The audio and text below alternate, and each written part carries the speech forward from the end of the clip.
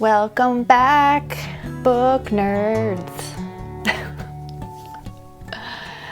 No, but seriously, welcome back. This is what I read in June. I read a whopping 5 things in June. Yeah. I've been kind of battling a little bit of a books reading slump. I am currently reading Disquiet Gods, and every time I pick it up, I love it. The problem has been more or less like when I pick it up, because I don't know, I've been choosing to read less and less the past few weeks. I think I've just been reading so much lately that I have a little bit of reading fatigue. That's where we're at. But yeah, let's talk about what I read in June. The very first thing I read in June was The Magician by Colm Toibin. I gave this 432 page book 4 stars. This was based on Thomas Mann, who is a German author, and very much reads like a memoir. It talks about his life from his teenage years into just before his death. And this takes place during the First and Second World War. Some of the main events that take place in this book are during World War II. So he's an author. He becomes famous just before the war. And so a lot of his opinions and workings against not the Nazi Party affected his life and many of the lives of the people around him. He ended up having to escape Europe. He moved to the US. It was very dark in a lot of those respects, because he's dealing with his country, his love of his country, and how that has changed. And, he finds fault with many of the ways and things of life in America, but yet the Americans took him and his family in when they were in dire need. So he goes into exile. This definitely was hard to read at certain times. There were definitely some suspenseful moments, which I wasn't really expecting. There are talks of the different ideologies at the time and the different attitudes. I thought that this was very well written. Colm Toibin's prose is very mature, but also rich and beautiful and descriptive.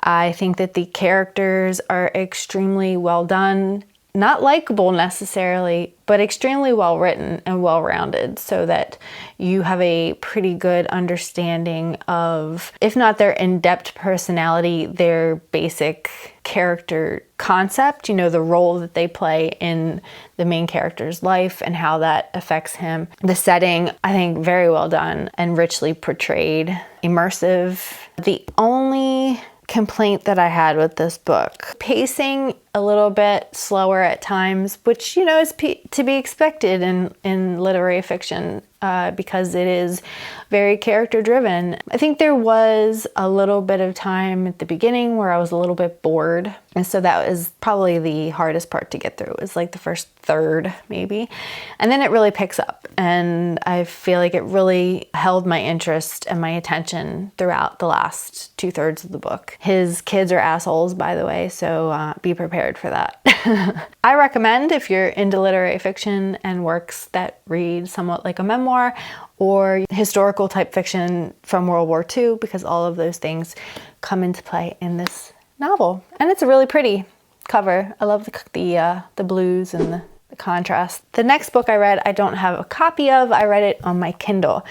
I believe it was like 562 pages, and I ended up giving it a 2-star rating. This was A Court This Cruel and Lovely. I read this as I was taking part of a readathon, and it was one of the host favorites.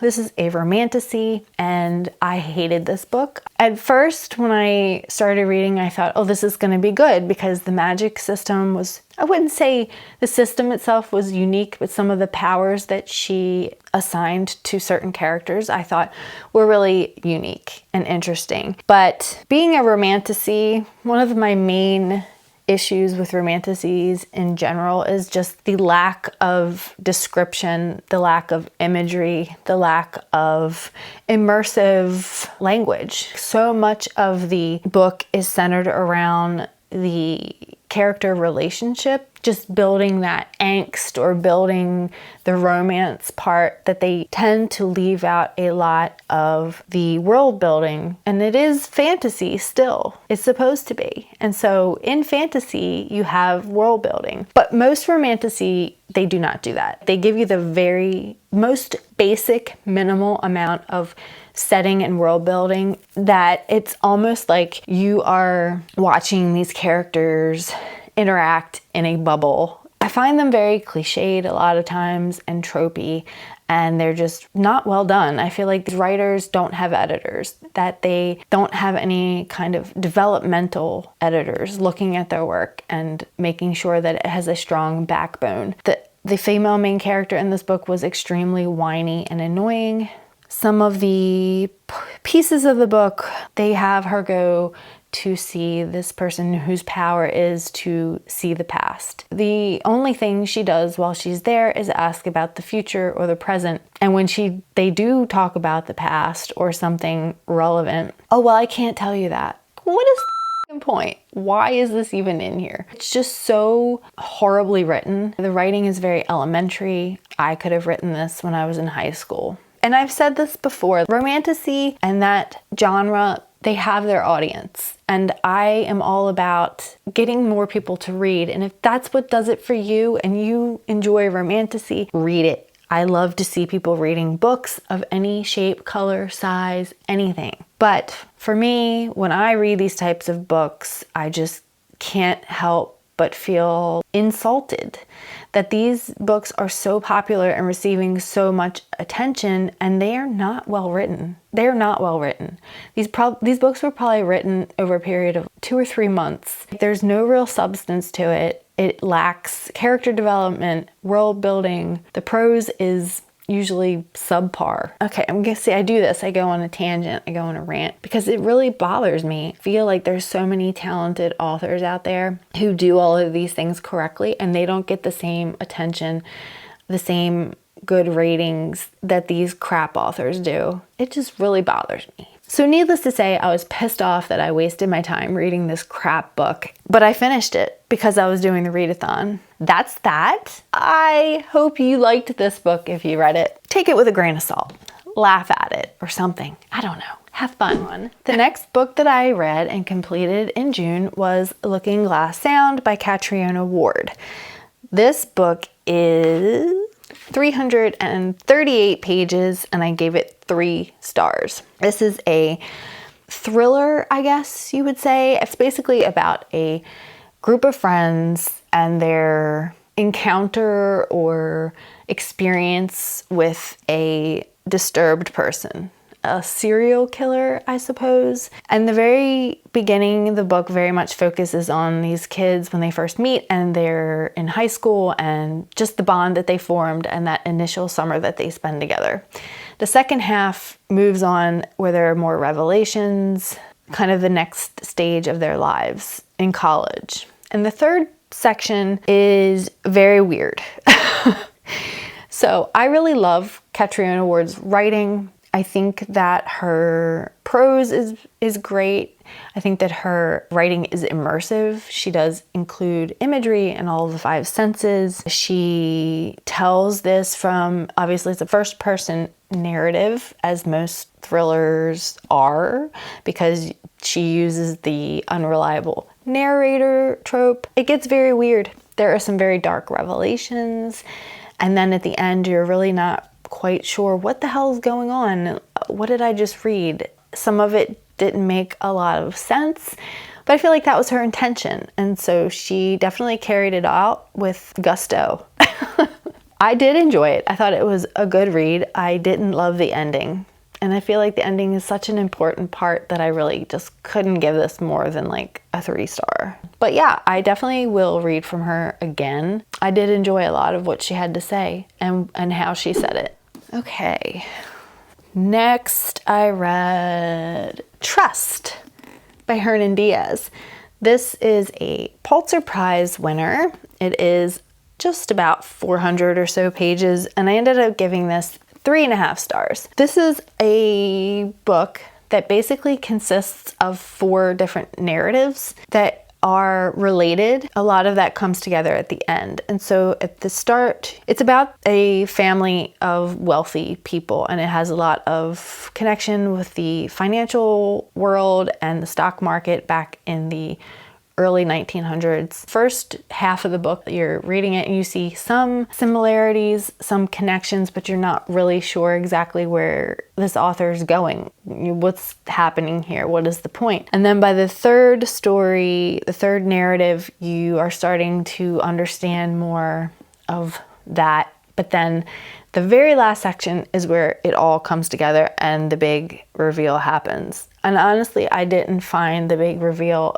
overly shocking. I didn't figure it out ahead of time, so that does say something, but I was a little underwhelmed. But I will say that the prose in here is very polished and refined. The characters are very well done, and they definitely have a character arc. Like, they do develop over the story. The setting is great. I mean, it basically kind of goes back and forth between New York and Europe. And some of the things that occur in here are a little bit shocking and a little bit disturbing, which I wasn't expecting. But it's easy to see why this was the Pulitzer Prize winner. Like I said, he does a really great job at cultivating these people and the atmosphere. I thought it was really well written, although not extremely compelling. And I find that is more because of the way the story is pieced together, I suppose. And mostly at the first half. The latter half of the book, I was definitely way more compelled to pick it up. I had a better understanding of what was actually happening and where he was going with it. 3.5 stars. It was good. I enjoyed it. The next book and the last book that I finished in June, Day of Fallen Night by Samantha Shannon. And this book is almost 900 pages long. And so obviously this took me a little bit to get through. And I think this may be what was responsible for putting me in my slump. Only because it's so big, and it is a slower fantasy, which I loved and appreciated, but also because it took me so long to get through it, I feel like I got a little burnt out. Samantha Shannon's writing is phenomenal. She definitely nailed the world building aspects in this story. I really loved pretty much all of the main characters. I thought that they were very distinct and had their own voices and their own character arcs that she intertwined like a champ. She really intertwined these stories in such a way that I saw some of them coming, like I could pick up some of the threads, but there were some aspects to the story that I didn't see coming, that I didn't suspect. Her message in this was fairly obvious, but done in a way that it felt original and it felt not glaringly in your face. You know what I mean? It's very epic and very sweeping. I love dragons. I love the chosen one. I love its epic scale, the immersive language, the high stakes. I love the myth and lore that she wraps into this. And I love the fact that most of the strong characters in this are female, not all of them, but she is very inclusive in the story, which generally for me, I don't care about that. But I think that she did this really well. And then like I said, it's not in your face and it's not shoved down your throat. I want a book that includes those things, but does it naturally, to feel very subtle and, do you know?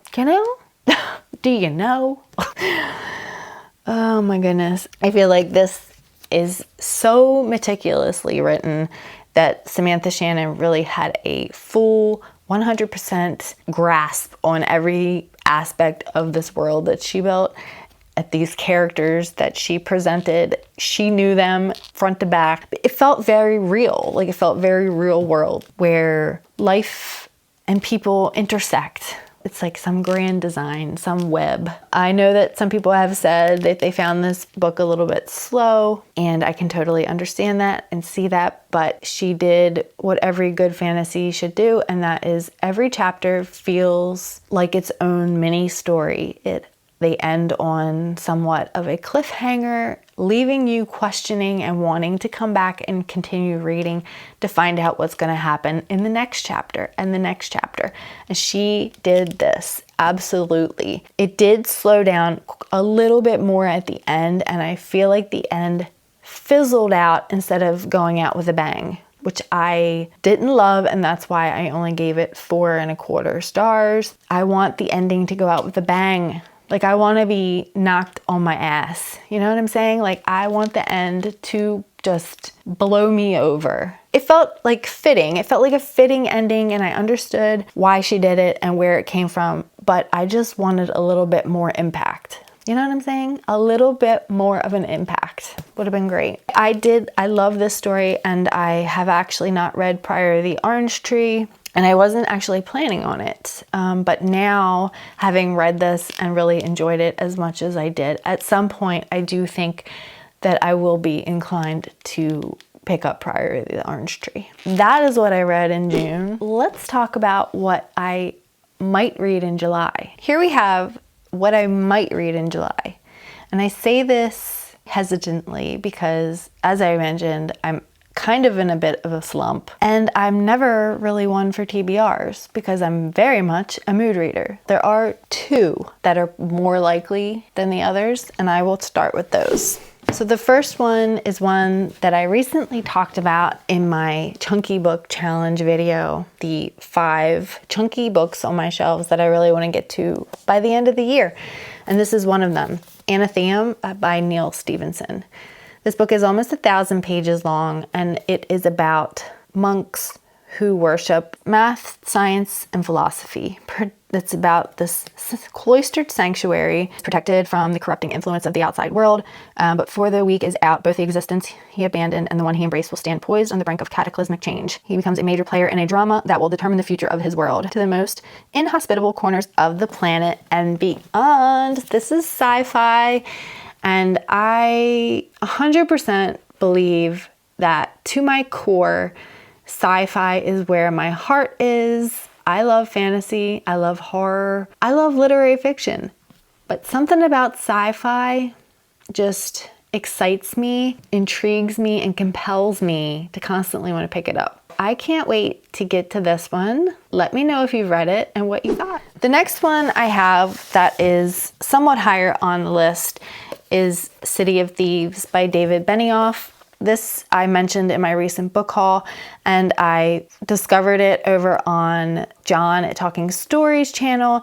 Him and his wife talked about it, and they adore this book, and it sounds really, really good to me. It's about a man who is arrested. This is during the time of the Nazis in Germany, and he's thrown into the same cell as a handsome deserter named Kolya. Instead of being executed, they are sent on a mission to find a dozen eggs, and basically during this time, there aren't many eggs to be found in Germany, and so this is their journey trying to do the impossible. And John and his wife just raved about this book, and it's actually pretty short. No, it's not even 300 pages. Yeah, like 250. So I do think I will probably, most likely, get to this one this month. The next one is kind of also one, I've had it for a while, but John and his wife talked about David Mitchell recently on their channel, and I have been meaning to pick up David Mitchell for a while. And so I think I'm going to start with Slade House, which basically is like a haunted house story, I believe. Down a narrow brick alley, you might find the entrance to Slade House. A stranger will greet you by name and invite you inside. At first, you won't want to leave. Later, you'll find that you can't leave. Every 9 years, the residents of Slade House extend an invitation to someone who's different or lonely, a precocious teenager, a recently divorced policeman, a shy college student, but what really goes on inside, for those who find out, it's already too late. Woo. Yeah, so I think that'll be a good starting point for me. And then I have a horror, which is Christina Henry's The House That Horror Built. This just came out recently, and it is about a single mom who's always loved horror movies, who gets a job cleaning for a horror director. And while she is there, she starts hearing noises that sound remarkably like a human voice calling for help behind a locked door, though he lives alone and never has visitors. So it just sounds like a really fun little haunted house story. And it's a beautiful addition. Am I right? Let's look. Next, I have Emily Henry's The People We Meet on Vacation. I put this on here because I think that a lot of times at the start or in the middle of a slump, sometimes an easy to read, lighthearted romance can help if it's well written. And you know, Emily Henry just gets all the praise nowadays. And so I recently hauled this and I thought that I would give it a shot. I believe it is about a group of friends that vacation together and some romance that gets in the way. So yeah, that's why I chose that one. And next is another sci-fi, one that I've been meaning to pick up for a little bit now and just keeps kind of getting pushed back. That is Adrian Tchaikovsky's Alien Clay. This book is like 388 pages, so it's not even that thick. It is about, on the distant world of Kiln lie the ruins of an alien civilization, the greatest discovery in humanity's spacefaring history. Yet who were its builders and where did they go? And then there's a professor who has wanted to study alien life close up, and then his wishes become a reality in the worst way, condemned to work under an alien sky until he dies. Kiln boasts a ravenous, chaotic ecosystem like nothing seen on Earth. The monstrous alien life interacts in surprising and sometimes shocking ways with the human body, so Arton will risk death on a daily basis. However, the camp's oppressive regime might just kill him first. I think it sounds really good. I'm all about that alien life, you know? And of course, I'm currently reading Disquiet Gods, like I mentioned. And so I'm about halfway through that. So I'm hoping to finish within the next day or two. 3. Yeah. That's it. That's all she wrote. Let me know if you've read any of these books, or if you plan on reading any of these books, or what you've read lately that just really knocked your socks off. I'm really glad that you are here, and thanks for watching. I will see you again soon. Bye!